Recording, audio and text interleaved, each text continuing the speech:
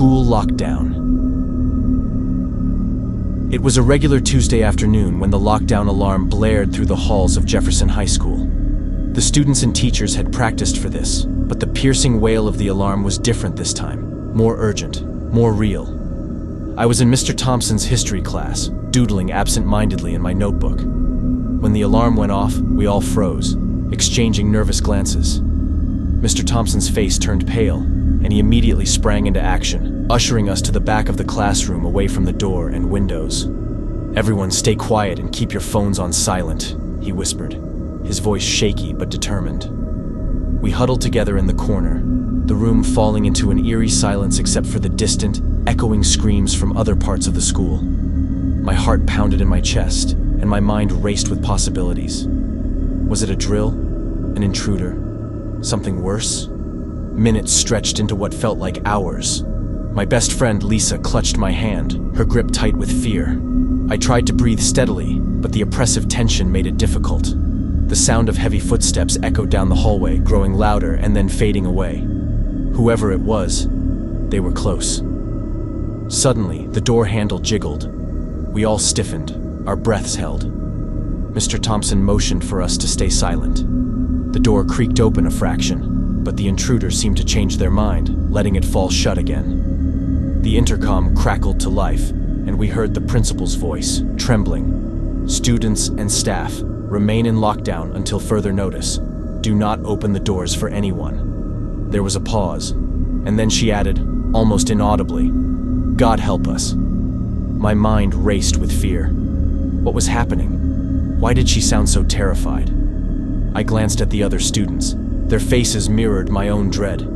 Lisa's eyes were wide with panic, and I squeezed her hand tighter, trying to reassure her, and myself. The next hour was a blur of silence and fear. Every creak of the building, every distant sound, sent waves of terror through us. Then, the power went out, plunging the room into darkness. We heard a low, guttural growl from somewhere outside the classroom. It didn't sound human. Mr. Thompson tried to keep us calm, but his own fear was palpable. "Stay quiet," he whispered. "Whatever happens, stay together." The growling grew louder, more menacing. I could hear something scraping against the walls, moving closer. My pulse quickened, and I struggled to stay silent, tears streaming down my face. Lisa was shaking uncontrollably, and I wrapped my arm around her, trying to provide some comfort. The growling stopped, replaced by a soft, sinister whisper that seemed to come from all around us. Come out, wherever you are." I clamped my hand over my mouth to stifle a scream. The voice was inhuman, otherworldly. It filled the room with a cold, creeping dread. I could feel its presence just outside the door, waiting, taunting us. Suddenly, the door burst open, and a shadowy figure loomed in the doorway. It was tall, with unnaturally long limbs and eyes that glowed a sickly yellow. It let out a bone-chilling laugh that echoed through the room. Mr. Thompson stepped forward, trying to protect us. "Stay back!" he shouted, his voice trembling. The figure ignored him, its eyes scanning the room until they landed on me. I felt a cold shiver run down my spine as it grinned, revealing rows of sharp, jagged teeth. It pointed a long, bony finger at me, and I felt an inexplicable pull, like it was drawing me towards it. "No!" Lisa cried, grabbing me tightly. "Don't go!" But I couldn't resist. My legs moved on their own, drawing me closer to the creature. Mr. Thompson tried to stop me, but the creature flicked its wrist, and he was thrown across the room like a rag doll, slamming into the wall and collapsing in a heap.